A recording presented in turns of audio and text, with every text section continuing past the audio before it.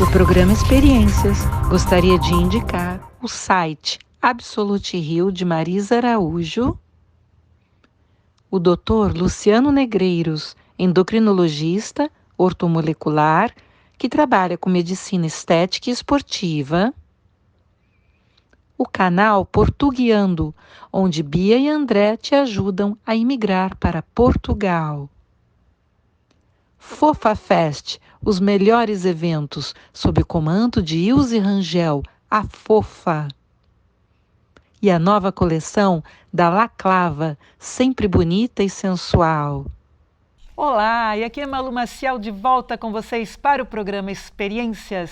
E hoje eu tenho muito orgulho de ter aqui do meu lado um dos meus primeiros professores de teatro. Maravilhoso, um grande ator, diretor, artista completo de TV, cinema e teatro. Muito obrigada pela sua presença, meu queridíssimo Jaime Periar. Olá, prazer estar falando com você. Prazer é todo meu, muito obrigada pela sua presença. Que isso. Estávamos aqui conversando antes de ligar as câmeras, ele já estava me contando histórias lindas da vida dele, né? São 40 anos de carreira, né? 40 anos nessa jornada incrível que é ser contador de histórias, né? Então, sinto muito privilegiado, né, de hoje estar aqui em cartaz com esse espetáculo maravilhoso, A Quebra, que a gente vai falar daqui a pouquinho, né?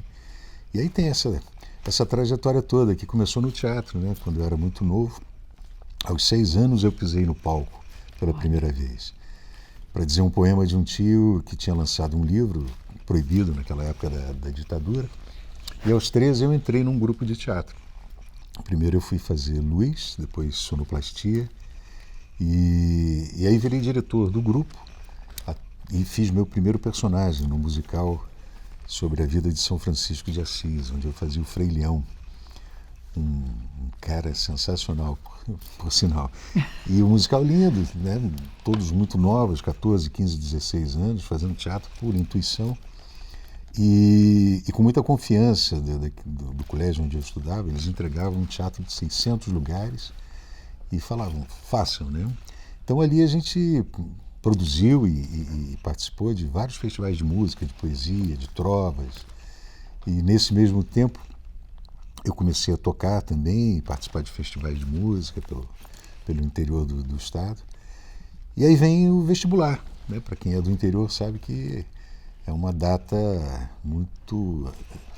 Antigamente era vestibular, agora é outra coisa, agora é o Enem, essa coisa. É Enem, mas é estressante, né? Não, eu não digo nem só pelo estresse da prova, né? Mas é um momento que na cidade do interior, em geral, você tem que sair da sua cidade. Ah, sim. Né?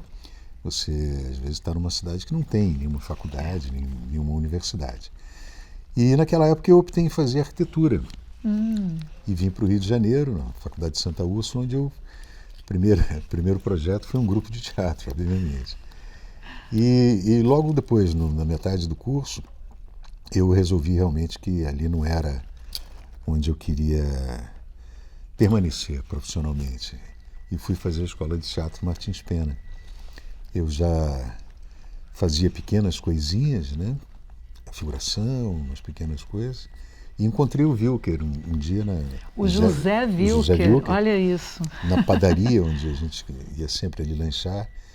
E eu falei sobre que você está dirigindo uma escola de teatro. Ele falou, vai ter teste, vai lá e faz. Aí eu fui e passei. E ali realmente começou o meu primeiro contato com um aprendizado, né, verdadeiro sobre o teatro.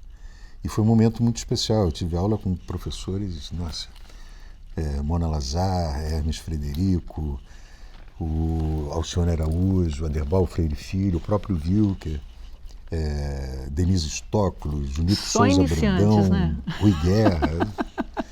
O Wilker levou para a escola, né, pelo seu prestígio pessoal, grandes nomes do teatro. E eles também muito jovens e desenvolvendo também um método, uma forma de ensinar teatro. O Sérgio Sanz, outras pessoas de cinema também. Então foi um privilégio estar naquele lugar, naquele momento, com aquelas pessoas incríveis, né? Então foi aí que tudo começou. E aí logo depois você sai com um espetáculo que nós fizemos na escola, uma adaptação do Wilker, inclusive, E, e aí começa a vida, os testes aqui, os espetáculos pequenos ali e tal. E felizmente tem algumas histórias curiosas nesse início que culminou com um teste com o diretor Erval Rossano, para a minha primeira novela, A Gata Comeu. Nossa, foi a minha primeira novela na Rede Globo, foi sob direção do Erval Rossano. É o diretor que eu mestre. mais... Nossa, eu morro de saudades dele. Já falecido, mas foi o que eu mais me identifiquei, maravilhoso. Foi um grande amigo e o cara que me ensinou tudo de televisão. Tudo que eu sei, aprendi com ele. E que logo percebeu assim a minha vontade de dirigir também, então abriu a possibilidade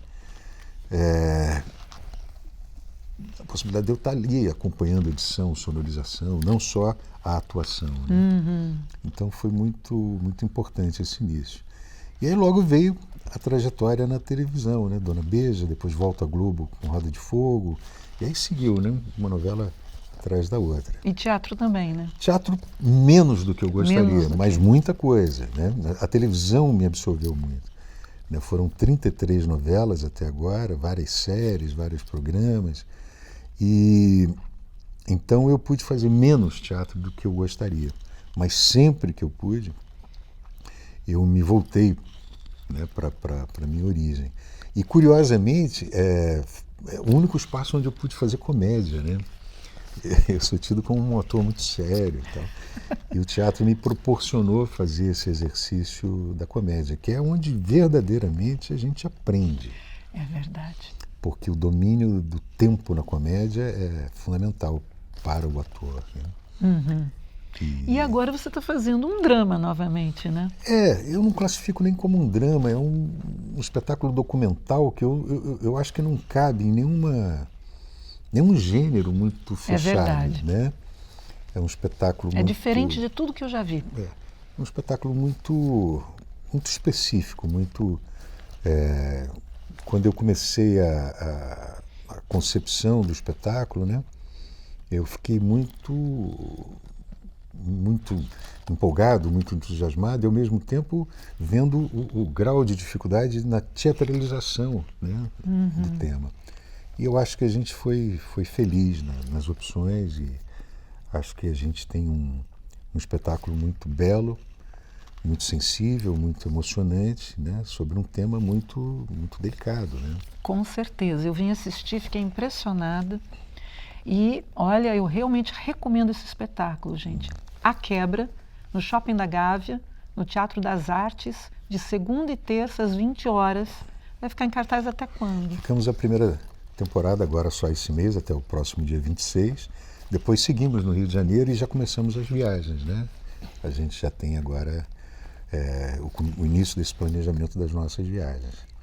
E você está se dirigindo, você é o diretor e o ator dessa peça, não é isso? Sim. Como é que é se dirigir? Olha, foi tão natural, tão espontâneo esse processo. É claro que eu pensei no início em convidar um diretor, e existem vários diretores que eu admiro muito, que queria muito trabalhar, mas eu não conseguia ver uma outra voz, um outro olhar que não fosse o meu. E não é arrogância, nada disso não. É porque era um projeto tão pessoal, né, que surgiu de um movimento tão emocional meu, né, que eu falei, um outro olhar aqui não vai funcionar para o espetáculo. Né?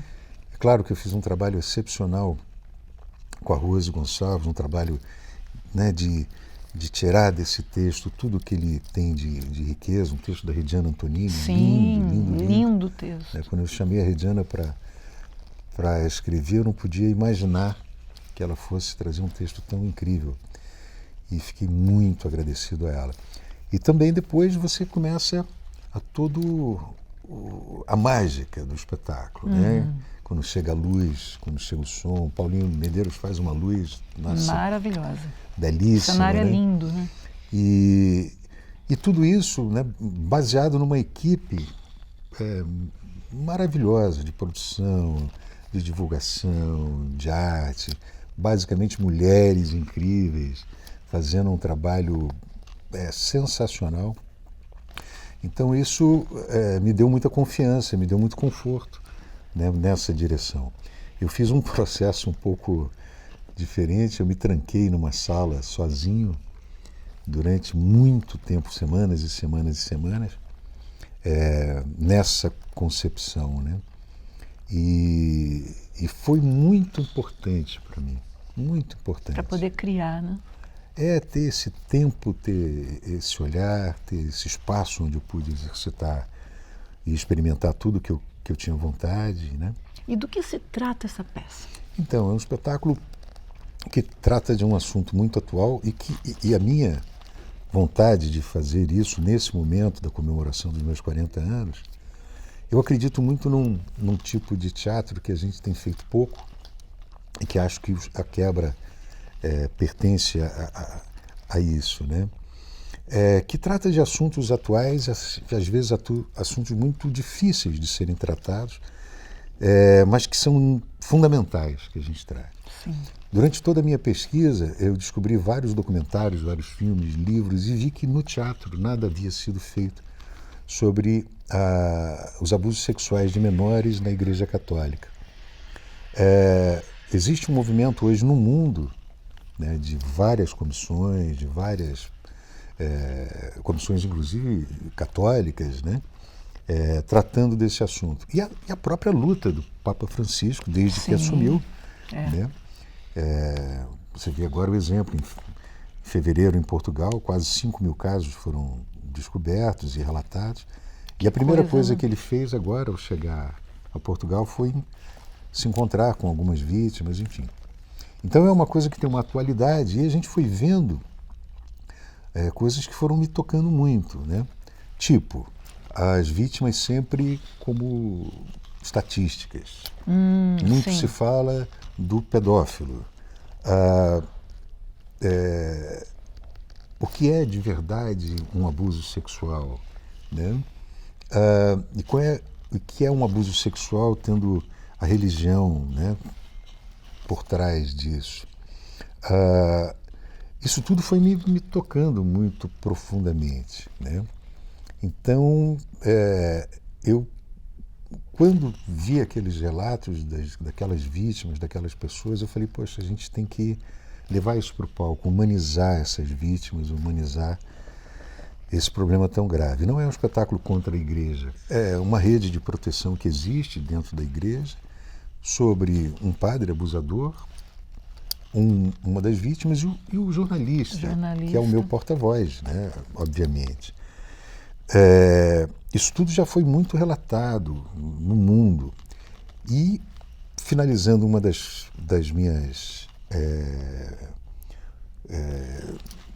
vontades de colocar isso no palco foi o grande silêncio que existe no Brasil, né? Pois é. Então, acho que é bacana falar sobre isso. Acho não, eu tive certeza que era isso, né? Era necessário, né?